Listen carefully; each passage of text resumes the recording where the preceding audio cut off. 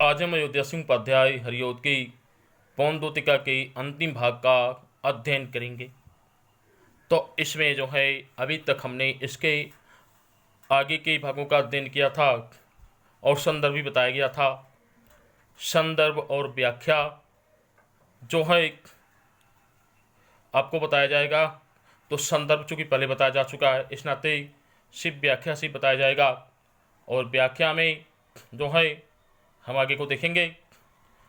कोई पत्ता नवल तरु का पीत जो हो रहा हो, तो प्यारे के दृग युगल के सामने ला उसे ही धीरे धीरे संभल रखना और उन्हें यो बताना।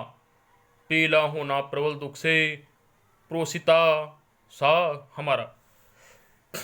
राधा जी पवन दूतिका से कह रही है कि हे पवन दूतिके, तुम जब मेरे प्यारे कृष्ण से मिलना तो तुम उनके सामने कोई ऐसे एक वृक्ष के पत्तों के लेकर आना जो धीरे धीरे अपने हरेपन को त्याग करके पीला होना शुरू हो गया हो, यानी कि वह पत्ता जो है निर्जीव होना शुरू हो गया होगा। और उस पत्ते को ला करके मेरे प्यारे कृष्ण के दोनों नेत्रों के सामने ला करके उसे रख दोगी और धीरे धीरे मेरे प्यारे कृष्ण को उस पत्ते के माध्यम से तुम बताना, ये बताना कि जैसे पत्ता धीरे धीरे पीला हो रहा है, उसी तरह से आपकी राधा भी अपने आप को संभाली हुई है, लेकिन अब उससे आपके विरह की बात को संभाला नहीं जाता है और वह भी धीरे धीरे पीली हो रही, यानी कि आपके विरह में धीरे धीरे वह भी निष्प्राण होती चली जा रही है। और हे पवन दूतिका, तू मेरे प्रीतम से ये भी बताना कि इस पत्ते का पीला होना यानी कि पत्ता पीला हो रहा है, इससे जो है यह प्रदर्शित हो रहा है कि आपकी राधा भी आपके विरह में विरहणी नायिका की तरह से जो है पीली होती चली जा रही है, यानी कि मुरझाती चली जा रही है, निर्जीव बेजान होती चली जा रही हैं। आगे, जो प्यारों को विदित करके सर्व मेरी व्यथाएं धीरे धीरे बहन करके पाँव की धूल लाना। थोड़ी सी भी चरण रज्जो लान देगी हमें तू, हाँ कैसे तो व्यथित चित्त को बोध में दे सकूंगी। अब राधा जी पवन दूतिका से कह रही हैं कि अगर तुमसे कुछ भी न हो सके, हे पवन दूतिके, तुम जब मेरे स्वामी कृष्ण से मिलना तो उसके बाद जो है तुम क्या करना, मेरी सभी व्यथाएं यानी मेरे जितने भी दुख हैं तुम्हारे जाने के बाद, कि हे कृष्ण तुम्हारे जाने के बाद तुम्हारी राधा को क्या क्या दुख झेलना पड़ा, कैसे कैसे तुम्हें राधा ने इतने समय को काटा, इतने समय को बिताया, वह सब जो हैं मेरे सारे दुख दर्द को मेरे स्वामी कृष्ण से बता देना। और उसके बाद हे बहन, तो जो है मेरे प्यारे कृष्ण के चरणों के नीचे की धूल को जो है धीरे धीरे मेरे प्यारे कृष्ण के चरणों की धूल को जो है ला देना।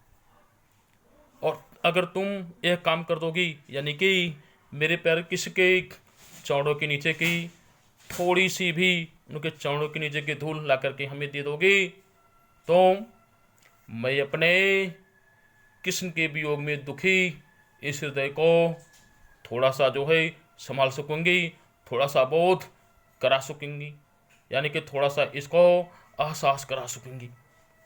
पूरी होवे न यदि तुझसे अन्य बातें हमारी, तो तू मेरी विनय इतनी मान ले और चली जा। छोके प्यारे कमल पग और प्यार के साथ आजा, जी जाऊंगी हृदय तल में मैं तुझी को लगाई।